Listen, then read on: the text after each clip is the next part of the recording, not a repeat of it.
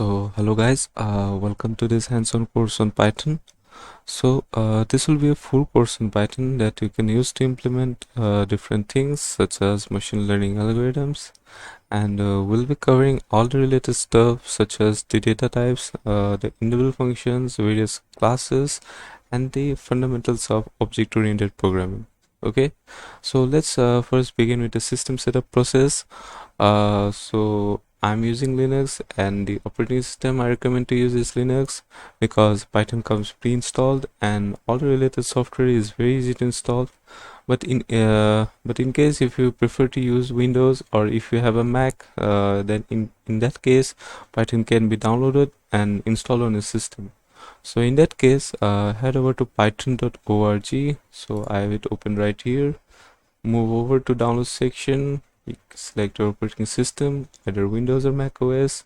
So I select Windows. So as you can see, the latest release is 3.9.7. So you can download the installer here and install it on your system. Once installed, you're all set to go. Okay, so in my case I open the terminal window and I check the version of Python installed. So in that case, type in Python, give a space, double hyphen, and type in version. So hit enter and here it goes. Python is 3.9.7. so I have the latest release, so we're all set to go. Alright, so in order to write and execute Python code, all you need is simply a text editor, and that's it. Okay, so you can either use the terminal text editors such as Nano or Vim, or you can use a regular text editor also. Okay, so I have made a folder named Python tutorials in my home directory over here, and I'm going to save okay, so I'm going to save all the files for this tutorial in this particular folder. Okay, so in order to save and execute files from this particular folder, I need to set it as the working directory in my terminal. Okay, so in order to do that, I'm going to right click over here and I'm going to select the option open terminal. Okay, it may be open in terminal in your case, which completely depends on the operating system that you're running. So in my case, it is open terminal, so I'm going to select that option and here you go. So I have a terminal screen over here. Let's zoom in a bit. Okay, so as you can see that the Python tutorials folder is being displayed. Okay, which shows that it is the working directory. Okay, you may also verify it using the pwd command, which is print working directory.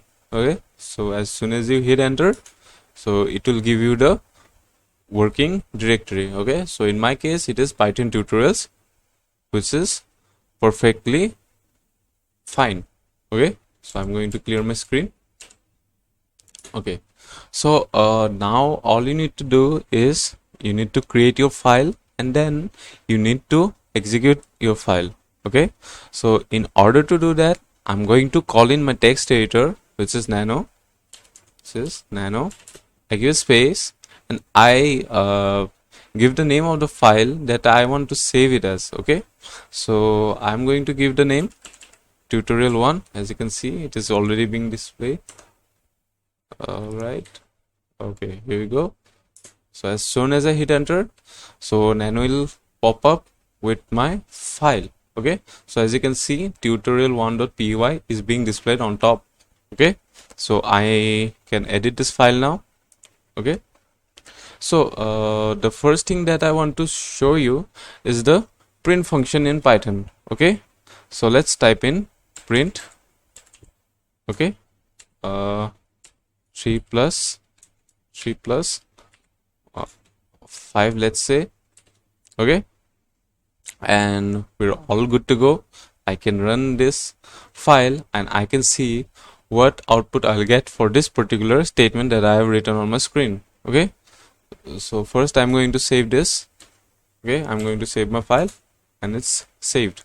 Okay, now my file is created I have entered my command over there and I have saved it. So the next step is that I need to execute my file. Okay, in order to do that, I'm going to call in Python.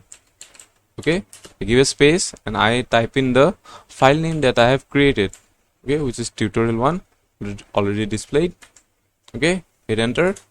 Okay, so as you can see that 8 is being displayed as the output. Okay, and what I have written in my file, I have written that print 3 plus 5. Okay, so what Python is doing is that it is evaluating the expression written under the print statement, which is 3 plus 5, and it is displaying 8 as the output. Okay, which is awesome, I guess. Alright, so now I want to introduce you to the data type, which is string. Okay, so string is a very special data type in Python. Okay, it is analogous to the normal text which you write in other programs such as the word processors. Okay, so if you want me to define what is a string, I'll say that a string is basically a collection of characters and numbers. Okay, very simple, it is a collection of characters and numbers. Okay, it may be alphabets, it may be numbers, it may be special characters, it may be anything. Okay, so how do you specify a string in Python? Okay, so you specify it using the inverted commas. Okay, so you can either use the single inverted comma or you can use the double inverted comma. It doesn't matter, use whichever you like. Okay, so I'm going to start it with the single inverted comma. Okay, so I'm going to type in a line over here. So this is my first Python code. Okay, as soon as you finish your line, end it with a inverted comma. Okay, then close the bracket, and here you go. So now in this particular file, I want Python to execute only the second print statement and ignore the first. Okay, so I can do that by specifying the first print statement as a comment. Okay, so in order to do that, I'm going to give the character hash in front of the print statement. Okay, so this will be now specified as a comment and Python will ignore this particular line.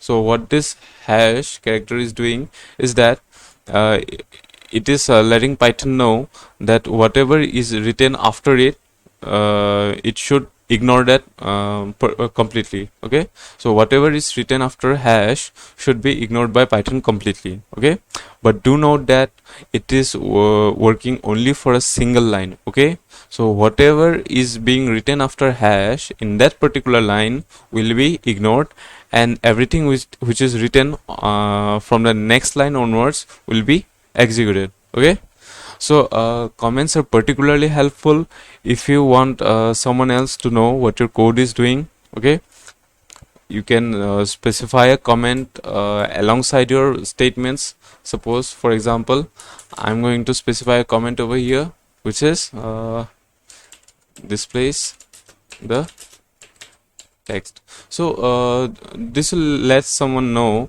what my particular statement is doing in my code. Okay, so comments are very powerful and it is very useful. I recommend using it because it saves a lot of time for someone new or someone who is going through your code. Okay, so let's save it. Okay, so I'm going to clear my screen. Okay, so now let's execute my file. Okay, here you go, Python space the file name, hit enter, and that's it. As you can see, the first print statement is ignored, the second one is being executed. Okay, so let's go ahead, open my file again.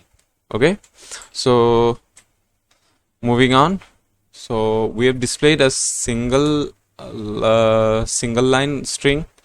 You can also specify multi-line strings. Okay, so how to do that? Okay, just type in print.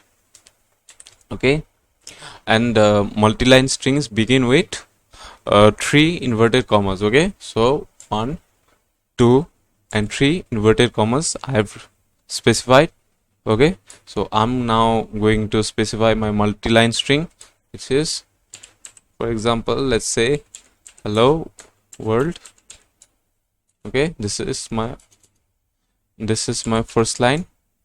Okay, now the second line, I'm just going to copy this line. Okay, going to copy it. Okay, here you go. So my multi-line string is finished, so I need to close it using 3 inverted commas. I need to close the bracket for my print function. So here you go, and I now want the second print function to be ignored. Okay, so I just give a hash. Okay, we're all good to go. Save this. Yes. Okay, I'm clear my screen. So I'm going to call in Python space the file name, and I hit enter. All right, so as you can see that my multi-line string is being executed over here. So this is another way to specify string, okay, which is multi-line strings, and you can use it in your code. Okay, so that's all for this particular video, and tune in for more. Okay, goodbye.